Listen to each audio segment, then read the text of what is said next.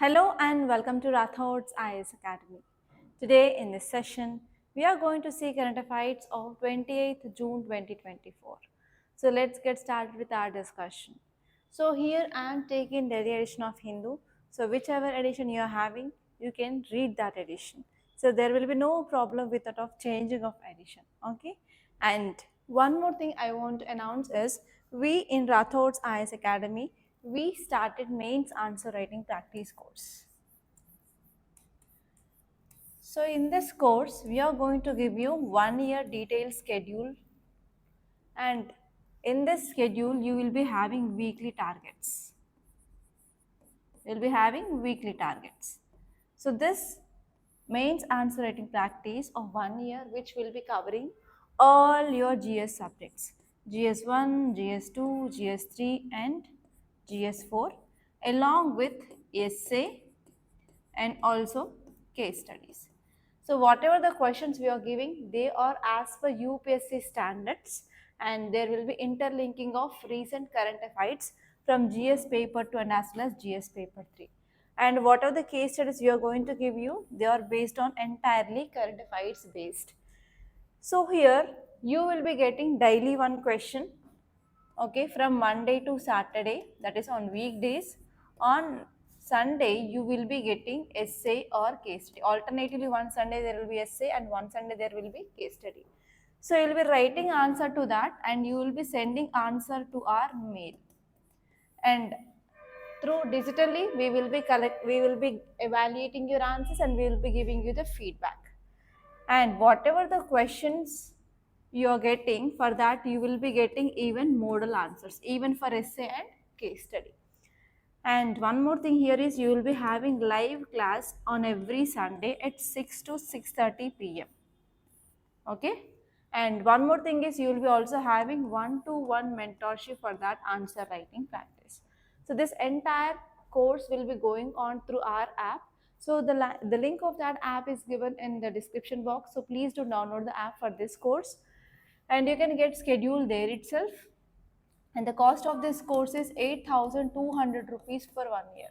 Okay, try to join this so that you can improve your answer writing skills, and even we'll be giving you tips and techniques to improve your answer writing. Okay, clear? And if you are a beginner or if you wrote prelims or if you wrote already means, if you want to improve your skills, then you can join this course. Don't forget. And if you want to contact us regarding this course, you can call me on this number 8074765513. Okay, 5513.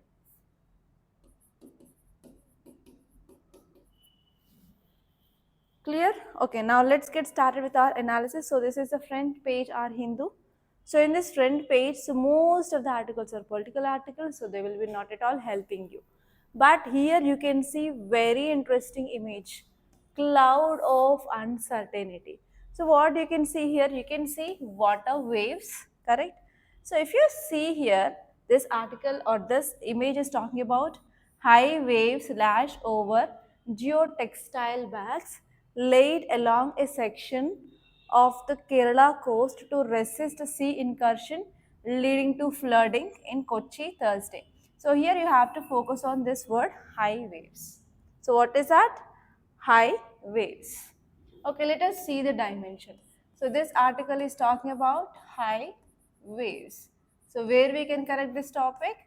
In our GS paper 1 under geography we can connect this.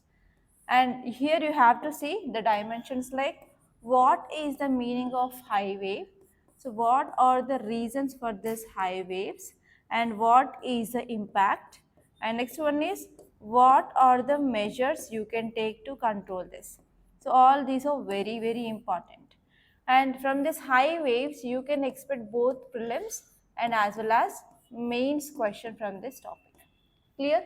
And now let us see this topic in detail. So what is the meaning of high wave? High wave is also known as large or big waves. Okay, so waves are nothing but the movement of water in this fashion is called as waves. Okay, so why it is caused? Because of wind. Especially it is not because of movement of water, it is because of wind speed, wind duration, and from the distance where this wind is blowing. So this concept is very important. So from large distance the wind is flowing, then the speed will be high, right? So this concept is called as fetch. So distance over which the wind blow is called as fetch. So because of this fetch, because of wind duration and because of wind speed, so it is an important reason for this causing of high waves. So you have to remember, waves are because of only wind. It is the movement of wind. It is not the movement of water or the water molecules. Okay, so if you go to the basics, so what are the causes? So I will be zooming it. And one more thing here is, yesterday one guy, name I can't remember right now, said that in PDF I'm not getting this mind maps with clarity, because actually I'm trying a lot to make this mind maps, and actually whenever I'm converting it into this PDF format, so the size and as well as quality is compromising. So I am also trying to make some alternative for this. So I'll be trying within 2 to 3 days. I will be coming up with a solution for this mind maps. Okay, or else I will be discontinuing this mind maps. So first important cause of high wave is, as I said, wind. Okay, so because of this wind only, the shape and the size of the waves will be dependent, especially wind speed, wind duration, and as well as fetch. And next one is, because of the storms and hurricanes also we have this high waves. So here, because of the storms and these hurricanes, so they also causes high waves, because at that time the wind speed is very high, and we will be also having very large fetch areas. That means wind is moving from a very long distances. And next one is because of tides. Tide is nothing but rise or fall of water level in the sea. It is because of especially gravitational force of sun and as well as moon. That will be also affecting this wave height. And this one is, if there is any seismic activity like underwater earthquakes or volcanic eruptions or landslides also, we can see the large amount of waters, they will be moved with a very high waves. So one movie is there in Telugu that is called as Boss movie. So in that Boss movie, there will be like two heroines. So one heroine is Shreya. So Shreya, she dies because of this long waves only. So because of the tsunami, what happened? Very long waves, they will be coming and they will be hitting the coast, and they will be taking back the people who are present in that beach into the sea, and that led to the death of that so and so heroine. So if you watch that type of movies, and you can easily connect with this. Okay, next one is ocean currents and coastal topography. So because of this ocean currents, so in this ocean currents we have warm ocean currents, cold ocean currents, and coastal topography. Some will be having the long coast and some will be having the small coast and broad coast and narrow coast. So because of this also, it is one of the important factor of formation of this waves. Okay, so it is about one important topic, that is what are the causes of this high waves. And next, here there is one more mind map which depicts about what will be the effects. So in this effects, especially now we are focusing on what are the negative impacts. So I hope you can see now. Okay, please let me know even after zooming also, can you see or not? Okay, so in this impacts, so first one is, we have coastal erosion.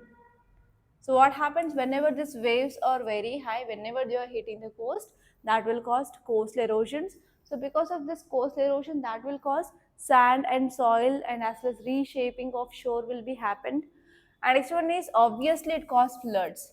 So high waves, especially during the storms or tsunamis, that can lead to coastal flooding. So whenever coastal flooding is happening means, there will be loss of life and as well as loss of property. And next one will be navigation hazards. So whenever there is very high waves, they poses a significant risk to boats and as well as ships. Particularly that will leads to collision. That means two ships, they may hit together. So if you open YouTube and if you see number of videos regarding waves, you can see those things clearly. So if it is possible, I will be showing those video clips also in between. Okay, I will be also learning that technology soon. Okay. And next one is marine life. So high waves, they can impact marine ecosystem, so that it will be affecting fish and other marine animals. And next one is recreation and safety. So large waves, they will be attracts surfers, and that will be very dangerous for swimmers and as well as other beach goers. Okay, So these are the negative impacts of this waves, and I want to give you some prelims practice questions. So please answer these questions, guys. So first one is, what is the primary cause of ocean waves? So option A is gravitational pull of moon. Next one is underwater volcanic activity. Next one is wind blowing across the water surface. Next one is movement of tectonic plates. So here you will be confused with this B and C. Okay, so B and C both are the reason for these waves, but here the word is primary. Primary means the main cause. So main cause, as I said, it is wind blowing across the water surface. And second question is, what term described the distance over which wind blows across the water to generate waves? So I said about this, option A is fetch, option B is surge, and option C is crest, and option D is trough. So please let me know the answer. Yes, and now I want to give you one mains question, that is, discuss the impact of high waves on coastal erosion and the measures that can be taken to mitigate this effect. Okay, so this is very simple question. And one more thing I want to say, guys, in today's newspaper there are very less number of articles because today is Friday. So there is Spotlight, Metropolis, and most of the articles are political articles. So I will be completing this analysis within 30 to 40 minutes only. Okay, so that there will be decreased burden on you also, guys, right? So this is the only one article, and we are leaving the city page, and even our states page also, there is nothing much important in our today's Delhi edition page. So most of the articles, they are political articles only. So leave this Spotlight page and also this Metropolis page. Okay, directly go to this editorial page. So this article, it is about Delhi Chief Minister and as well as corruption case against him. So we're not going to see this. So it is entirely political article. And here you can see Raisi and the years old issue of cross-border terrorism. So actually what is going on in Jammu and Kashmir, infiltration is happening. In many regions there is some attack, and even civilians, they died recently in this region. So here you have to focus on the keyword, that is cross-border terrorism. Okay, what is that word? So let us see the dimensions. So it is talking about cross-border terrorism. So where we can read this topic? First is GS paper 2 under international relations. So especially India is sharing boundary with 7 countries. So wherever India is sharing boundary, we have this issue of cross border. Like across the border, what are the issues? So this is important from India and its neighborhood. Especially we are talking about India-Pakistan issue. And in this India-Pakistan issue, we have to focus on terrorism. Okay, so now we can connect it with GS paper 3 under security as well. So in this security across this border, which is the police forces, CRPF. Okay, CRPF police forces who are guarding across India and Pakistan border, we have to see about that. So what are the dimensions you can see? You have to see about, first one is what is cross-border terrorism, and what are the causes of this cross-border terrorism, and next one is what is impact of this cross-border terrorism, and you have to see what are the measures you need to take to address this cross-border terrorism. So all these are the important dimensions that you have to see from this article. And especially from this cross-border terrorism, you can expect only mains based question. So let us see this article. Okay, so this is the article. So first of all, you have to see this central theme. Central theme says India's responses to Pakistan backed terror. New Delhi needs to sharpen its definition of what is unacceptable terror attack. So actually what happened, the issue is terror attacks which are going in this Jammu and Kashmir. So here, because of this, now we are going to discuss about this cross-border terrorism. Okay, now let us see this topic in detail. So first, let us understand what this article is talking about. So actually, editorials are very, very important because we can understand how to write an essay from this editorials. So what does this article is talking about actually? So in Jammu and Kashmir, so this Raisi is one of the region which is present in Jammu and Kashmir. So now recently terror attack happened in that. So this terror attack which highlights about India's ongoing struggle with cross-border terrorism. So actually India and Pakistan, they are sharing boundary. So in this boundary, we are having the issue called as cross-border terrorism. Okay, so how we have to address this cross-border terrorism? So this is the thing which mainly said in this article. So if you see the key insights or the key highlights of this article, it says, so this region and recently in Herat also attack happened. So because of this, what happened? Yes, there is some instability or law and order problem in this region. So here, what is the solution here is, from India we have Indian diplomats. They can talk with the Pakistan regarding the issue and we can resolve this issue. So this is the one thing, right? So it is nothing but diplomacy. So we can do the diplomacy. So if you have watched that recent movie of Sitaram also, so Indian soldiers, they went there and they attacked Pakistan related terrorists. And after what happened, so two people of Indian soldiers, they had been stuck there. So after stuck, what happened? So from Indian government, they sent one person to talk to them and to release those two persons in exchange of two persons, right? So this is called as a diplomacy. So if you want to stop something, first we need to go for talks with that country. If they are not accepting, and later on we will be deciding what action we have to take, right? So actually diplomacy, it is not the first time between India and Pakistan. So many a times we had the attempts of diplomacy. But irrespective of those diplomacies, still there are some terror attacks which are happening in India from this Pakistan. So we have to resolve this conflict permanently. So this is a thing, it is one of the important point which is highlighted in this article. And next one is India's use of military force against terrorism has been limited but necessary to counter threats from Pakistan. So actually what happened? Yes, in return also India is doing some retaliation. Okay, so whenever this terrorists are attacking India from Pakistan, India is also doing something to stop that. Okay, so that is the thing which mainly said, even though here the decreasing of incidents which is not happening on reality. And next one is, even if you go to any international community, like we have different groupings of different countries together. For example, we have RCEP, we have United Nations Security Council, we have United Nations General Assembly, we have Shanghai Cooperation Organization. So wherever India and Pakistan, they are part of organizations, so that organization is not working effectively because of lack of consensus between India and Pakistan. So if India says something, it is always objected by Pakistan. If Pakistan says something, India will be objecting. So because of this groupings, whenever there are enemy countries are part of, so it will be not functioning properly. So that is the thing which mainly said here. And next one is, India needs to clearly define what constitute an unacceptable terror attack to effectively respond to threats. So different kinds of threats we are getting from Pakistan. For example, drug trafficking is happening, arms trafficking is happening, and apart from that, directly they will be borrowing some tunnels from Pakistan to India and they will be coming through that, and even they will be having attacks. So they are attacking India by using drones and directly dropping bombs on Indian airbase like that. So different kinds. For example, do you know about this Mumbai terror attack? So they came through the sea route and they attacked Taj Hotel. So they are not following the similar kinds of attacks. And even if you saw that movie called as Tupaki, so which is, who is the hero?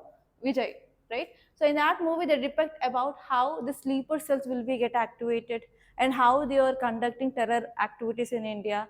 And even in 2017 or 16, okay, 2018. So there was attacks in Hyderabad on Gokul Chat and as well as in Dilshuk Nagar foot over bridge, right? So here what happened, the nature of attacks is different. They are not following the same pace. So because of this, first of all, we have to identify which types of attacks which comes under terrorism clearly, and based on that, we have to develop our own plans to respond to that threats accurately. That is the thing we have to focus on. And not only this, India cannot fight against it. Okay. So because of this, we need to take some help of other countries. For example, in the case of military equipment or in case of developed advantage technology, or else, for example, those countries can mediate with this Pakistan to decrease this type of attacks. So all these need to be taken up. So it should not be like only the one thing, like we have to retaliate only by using army. So we need a combination of diplomatic efforts and it should includes even military action and even strategic planning. Okay, and even recently our new government formed again, whoever was the like external affairs minister in the long term in this last term, so again that is a person, now he is also the same defense minister. Okay, that is nothing but who is our defense minister? Jai Shankar, right? Sorry, external affairs minister. So whoever is our external affairs minister, so he need to address this cross-border terrorism effectively. And for this, we need to come up with a comprehensive approach. So all these are the points which are given in this article. Okay. So just I gave you like key insights so that you can understand the things properly. And now let us move on to our basic. Okay, so what is the meaning of cross-border terrorism? It is nothing but across the international border. So there is a carrying of terror activities, okay, or violent activities. So this is the meaning of cross-border terrorism. So what all includes in this terrorism? For example, armed attacks. So army people, they can come and attack. And next one is bombings, kidnapping, smuggling of weapons, smuggling of explosives, smuggling of drugs. So all these are the activities which are the form of terrorism. You have to know that. And next, what is the objective? So why this cross-border terrorism is happening? So why this Pakistan terrorists, they are attacking India? Because especially they will be targeting a country and they want to destabilize that country, and they want to interfere in the political decisions of that country, and even they will be following their ideology and as well as territorial agenda. So they, for example, they want to spread Islam. Okay, so like that every organization, for example, we have LET, we have Jaish-e-Mohammed. So in that way, here we will be having different terror organizations. For example, we have Boko Haram from Africa. So they have their own ideology. Okay, so they want to spread their own ideology across the world. So because of this, they are doing this terrorist activities. And what are the important characteristics of this border terrorism? So there are 5 important characteristics. So first one is international dimension. So actually, so in this cross-border terrorism, they will be always attacking this border, international border between the two countries. So they will be also transferring resources like funds, weapons, and as well as supply of weapons, goods, or like supply of explosives, that is nothing but bombs, and as well as supply of drugs, etc. They want to destabilize that country politically. And next one here is, so there will be state sponsorship or complexity. So state sponsorship is nothing but normally state itself, they are giving funds to this terrorist organization to attack another country. For example, Pakistan is completely focusing on state sponsored terrorism, and especially they are giving funds to the terrorist organization of their country to continue attacks on India. That is the thing. And next one is political and ideological motives. So especially they want a specific ideology. Okay, they have their special ideology and they want to spread their ideology across the world. So this is also one important thing. And next one is they want to focus on destabilization of a country, especially they want to weaken the government of another country, and as well as they want to create a fear.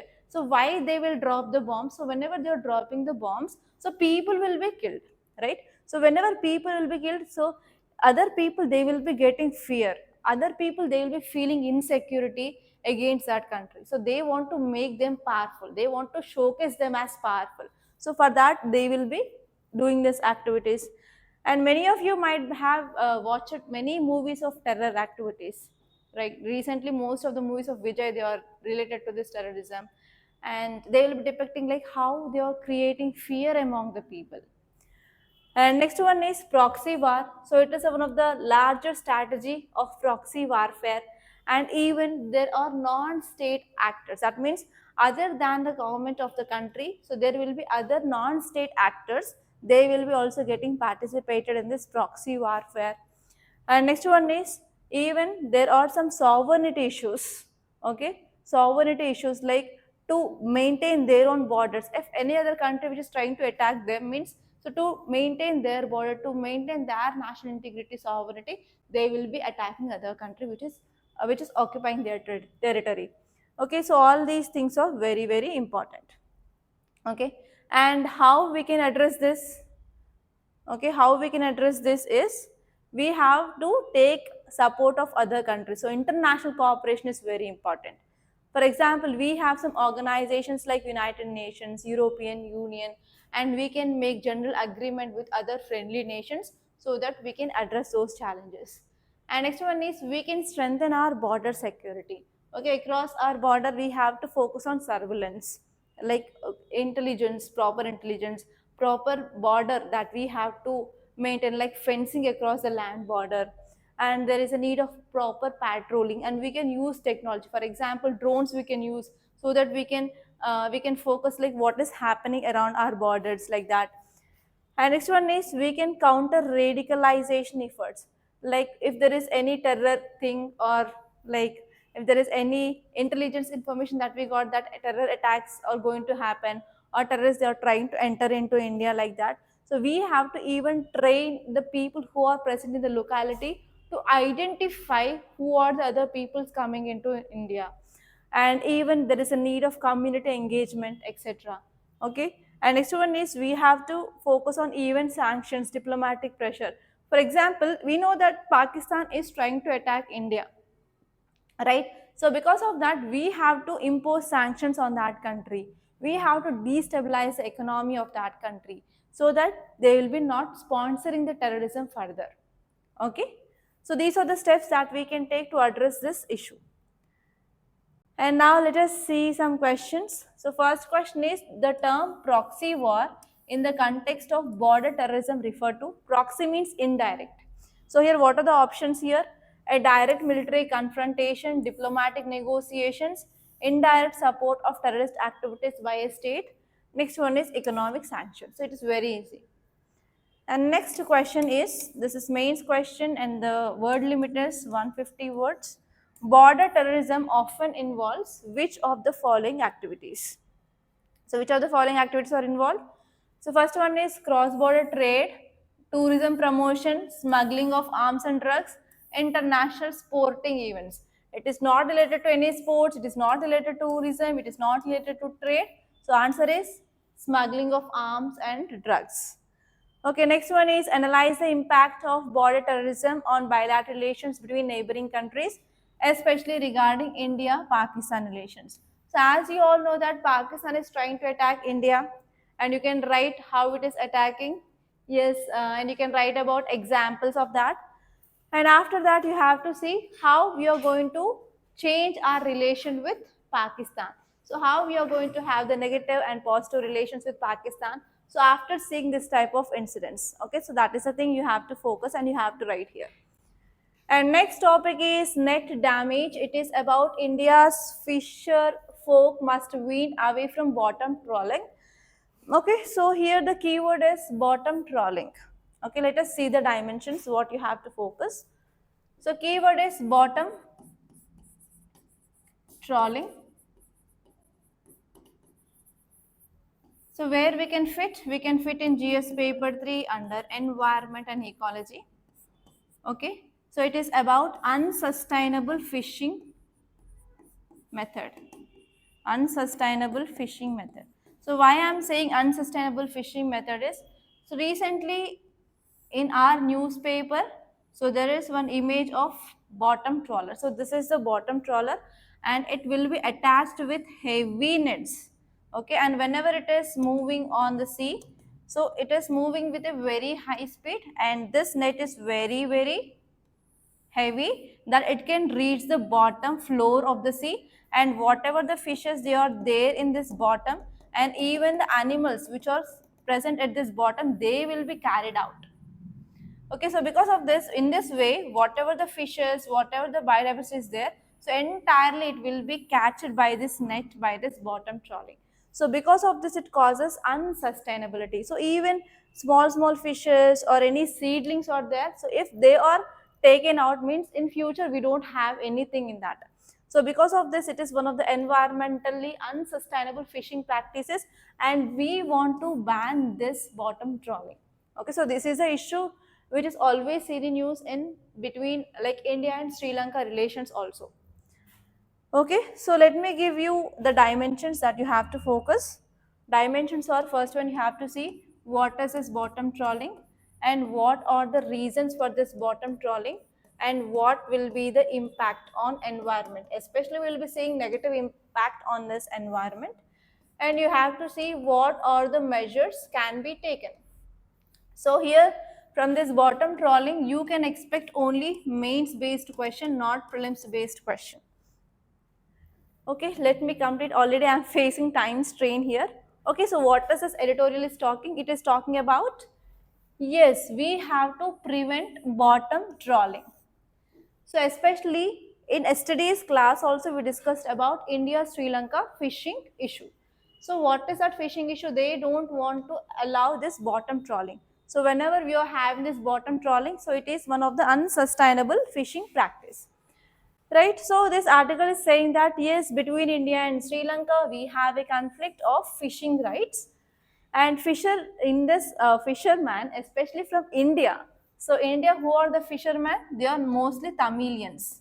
Okay, Tamil fishermen from India, they are practicing this bottom trawling method across the boundary of India and Sri Lanka in the sea, that is maritime border. So because of this, they are considering this as unsustainable fishing practice. So because of this, we need to move away from this bottom trawling. So this is the issue between this India and Sri Lanka fishermen. And actually, so this article is saying that we need to move away from this bottom trawling. So what are the solutions? So government can give the funding, okay, so that they can go for other fishing methods alternative to this bottom trawling, and they can go for new livelihood opportunities. So what are the new livelihood opportunities? For example, they can grow seaweeds. So seaweeds are also having the good future, good income, good livelihood opportunities for this fisherman. So like that, here we can shift from this bottom trawling towards other new livelihood opportunities. So these are the things which are mainly said. And one more point is we have to diversify our livelihood opportunities. For example, rather than the deep sea trawlers, we can go for deep sea fishing, another method, and next one is seaweed cultivation, so that we can transition. That means we can move from this bottom trawling towards other methods of livelihood. And in this way here, whenever we are shifting to other methods, we can protect our marine ecosystem. We can solve the dispute between India and Sri Lanka regarding this fisherman issue. So now let us go to basics. What is bottom trawling? Bottom trawling is nothing but, so there will be a big ship, and this big ship is having very heavy net, and that can catch the fish from sea floor and even other marine species which are present in that bottom of sea. So at the bottom of sea, which of the species that we can see? We can see like cod, haddock and shrimps. So here also you can get a question. So which of the organisms that can be seen at the sea floor? And they will give you option 1 is cod, option 2 is haddock, option 3 is shrimps, and they can also give you animals which are present at the surface of the sea and they'll mix. And here you have to identify which are the animals which are present at the sea floor. So here we have at the sea floor, we have cod, we have haddock and we have shrimp. Shrimp is nothing but small, so that we will be even consuming those. Okay, so in that way you can get question from environment and ecology. And what are the pros and cons of this bottom trawling? Yes, if you're going for this bottom trawling, so we can get big or the huge quantities of fishes. Okay, if you go once, then your net will be filled and you will be coming back very early and you will be getting good income for farmers. And next one is it will be supporting commercial fishing. Okay, and especially whenever they are having the big fish catch, they will be having the good income and they will be sustaining their economy. And especially coastal regions, the people, they will be dependent on this fishing itself. And what are the disadvantages? It will cause habitat destruction, okay, because whatever the animals, even small, big, everything that will be catched up. And next one is non-target species. So if I want to catch certain species of fish, so even other species, they can be trapped. So I will be not targeting a single species. So because of this, it is endangered species, and some species they are having the protection also, they will be catched and they will be like losing the life. So that the entire species will be in the verge of extinct. And next one will be, so the problem is overfishing or exploitation of fishing. that will deplete the resources of marine. And next one is sediment resumption. So whenever we are using this bottom trawler, so this sediments, whatever sediments is nothing but the waste that had been at this fish floor, so that will be also taken away. So because of this, what happened? It will be affecting the floor of the sea entirely. So whenever this floor of the sea is that is disturbed, means entire ecosystem, entire aquatic ecosystem will be get affected. So that is the one important thing. And next one is, what are the concerns of environment? So environment means we have biodiversity loss. Second one is long-term damage. So if you're going for this bottom trawling, entirely whatever the aquatic biodiversity is seen, that will be get lost. And next one is, there will be long-term damage will happen. So this is about this bottom trawling.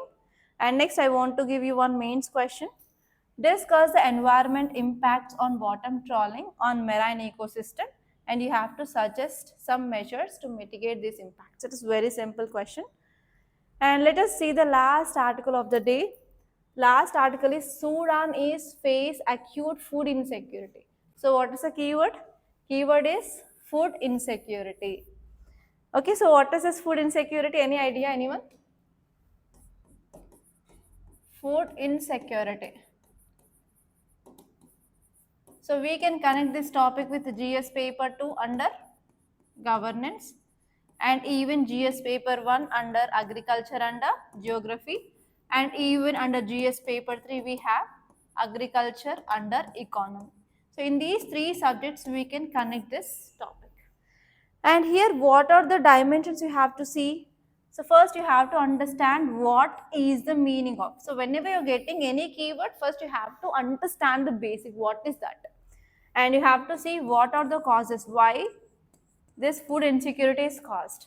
And you have to see what will be the impact. Okay, what will be the impact? And you have to see what are the measures that you can take. And if possible, you can also collect government schemes which are focusing on this so and so problem. So if you do this multi-dimensional study, then your preparation will be done and it will be very easy while you are writing your answers. Okay, let us see this in detail. So this article says that, do you know where the Sudan is present? In Africa, right? So Africa is one such a very poor continent compared to that of every other continent. So they have each and every problem like climate change they are having. So there is Sahara Desert, you might have known. And the Sahara Desert, it is spreading every year by year, expansion of this desert. And there is no proper pattern of rainfall. They are facing famines, they are facing droughts, and there's a very high level of poverty and very high level of hunger, malnutrition. So have you seen the kids of this African people? You're very very lean, and they, if you see them, you can see the ribs of people, like because they don't have the food, they don't have the proper area where they can cultivate, there is no proper water resource, every problem they are having. So now here IPC gave a report that yes, Sudan population is facing very severe food insecurity. So what are the reasons? Because of ongoing wars. So one more important reason we can see is, always there will be civil wars and terrorism. It is very high in this Africa. Okay, so this article says that because of ongoing conflict is nothing but war-like situations or any disturbances. So this is one of the important reason that led to severe food crisis, and especially many very huge number of population of the Sudan, they are affecting this issue, and especially because of this increasing of severe food crisis, they are not getting food to eat. So because of hunger only, there are number of deaths are increasing in this Sudan. It is like a very pathetic condition that we can say. And there is displacement. Displacement means they are coming outside of that area and they are shifting to other places in search of food. And next one is, there is humanitarian crisis. That means nothing but violation of human rights. And next one is, so all these conditions, they are further increasing this condition of food insecurity in this region. So now these countries, they want some help from other countries. Okay, that is the thing which mainly said here. And not only this food insecurity, the water they are getting, so they are not getting the proper sanitation. They are getting even contaminated water. That means water is mixed with the different things, and those water is not fit for drinking. That is called as contaminated water. So because of this, it is increasing the additional risk on the people. Okay. So we have to address that root cause of this conflict, and we have to improve the access to essential services, and we have to mitigate this food insecurity in this Sudan. So these are the 5 to 6 points which are given in that small article. Okay, so you have to read in this manner so that you can be, whenever you're writing, your answers will be very script. Okay. And what is this food insecurity? Food insecurity is nothing but there is lack of access to enough food. Okay, for active life, for healthy life, we need food. If there is no food, you will be getting hunger pangs and you will be not doing anything. So the same way, if you're not taking enough balanced diet or nutrition diet, so you'll be getting deficiency, and deficiency related disease you will be getting automatically. So food is important. So food insecurity is nothing but there is no access to the food for active and healthy life. And it is like a very complex issue because it is related to economic instability. It also leads to environmental challenge and also political conflict and also social inequalities. So to which subjects we can relate? We can relate with economy, environment, society, and as well as polity. So it is not a single subject, so it is interlinked with many factors. So what are the causes? The first one is because of economic factors. So because of poverty, we will be not getting proper food. Because of unemployment, you will be not getting salary to buy something. And because of high food price also, sometimes we will be not going and buying. For example, apples are like, for example, it is 50 rupees per one apple, we will be not going that. So we will be searching for other alternative like Goas or any other seasonal foods. Okay, so because of high food prices, because of unemployment, because of poverty, it will be decreasing the access to food. And what are the environmental factors? So if there is climate change or extreme weather events, so food production not happens. For example, untimely rainfall, for example, droughts, everything. So there will be no proper production of food. So whenever there is no proper production of food, there is no food supply in the market. And next one is soil degradation. So whenever soil is very weak, it will not produce much. So even for how humans are focusing on their productivity. For example, if you are having good balanced diet, the productivity of work will be very high. So in the same way, if soil is not fit for cultivation, so if you go for growing anything, whether you will be getting produce, no, automatically. Soil is also one of the important factor we have to take into consideration before going for planting anything. And next one is water. So if there is no water, there will be no crop, right? So these are the environmental factors that leads to food insecurity. And next one is political and social factors. So whenever there is conflict or whenever there is war, yes, obviously it will be affecting the supply of this food grains to different markets. For example, if you see if there is small any dispute between two communities, there will be imposition of section 144, right? And if, for example, if you see this COVID-19 pandemic, to stop the transmission of that so and so, there was lockdown everywhere, so there is no movement of anything. So that had been affected supply chains. And this one is whenever there is social inequality, like whenever there is discrimination, also that will lead to unequal access to the resources, right? So these are the political and social factors. And next one is agricultural factors, like whenever there is no proper infrastructure, like if there is no proper adequate storage. So actually in crops we have we can store some crops for the long period and some crops we can't store for long period.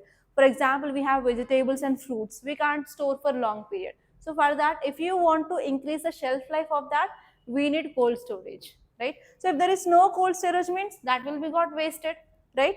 So if there is no proper infrastructure like inadequate storage, if there is no proper transportation, then what happens? Food distribution efficiency will be decreased. So there is no proper availability or this products will not reach the market at the time. And next one is whenever there is low agriculture productivity, then what happens? There will be obviously less production of food grains. Next one is if your crop had been affected by pest, you might be knowing about this. So if any pest or if there is any disease outbreak, obviously there is no produce or very less produce. So these are some important reasons from agriculture side that will lead to less production. Obviously that will lead to food insecurity. And next one is what are the consequences? So what happens if there is no food? Obviously first one will be on health. We have lots of negative impacts like malnutrition. So they will be not getting the nutritious diet, they will be not getting vitamins, minerals, etc., which is required for our body. So every day we need something like in limited amounts. For example, salt. We should not take more than 5 grams of salt per day as per WHO recommendations. So we need to get at least 30 mcg of iron every day for blood production. So if we are not getting the balanced diet, you will be getting into malnourishment, and you will be getting weakening every day. So weakening means nothing but weakening of our immunity power. So whenever our immunity power is get weakened, so we will be getting attacked by other diseases very easily. So immunity is very important. And next one is chronic diseases. Whenever you are having like very poor diet, you will be getting obesity, you will be getting diabetes mellitus, you will be getting other cardiovascular diseases, everything. So first one will be the impact on your health, and next one will be economic impacts. So if you're not getting proper food, you will be not doing proper work, so that there will be reducing of productivity. And next one is, if you're getting any health problems, you have to go to hospital for sure. Again, there you have to spend your money. Again, what happens? There will be increased cost on your healthcare. So these are the economic impacts. And on society also we have impacts. So what are the society impacts? So whenever any malnourished children, whenever you are sending them to school, whether they perform effectively, obviously not, right? So malnutrition, which affects children's cognitive development, they can't perform well in academics, so they can't remember for the long time, so they can't sit in the class for the long hours with a focused concentration, right? So it will be having impact on their education attainment. And next one is social unrest. So because of this food security, food insecurity only, what happened? People, they'll go for protest, right? For example, in one area, if there is no water supply for 2 to 3 days, what happens? So in that area, every woman, they will be come up with their vessels and they will fight on the road itself, and they will be bringing all those the things that they are available in their kitchen, like chalks and some wooden things or utensils, etc. They will be come with them and they will be doing dharna before this commissioner office, or like this district collector office, right? So because of this, that will be reading social unrest. So we can't lead our life without food. So food is a very, very important component, right?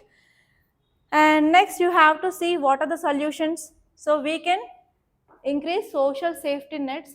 So it is the responsibility of government to provide some food grains at an affordable price. So for that, in our country, we have scheme called as public distribution scheme. So under this, government is providing food grains at a subsidized price. And even because of this COVID-19, government came up with this Pradhan Mantri Garib Kalyan Anna Yojana.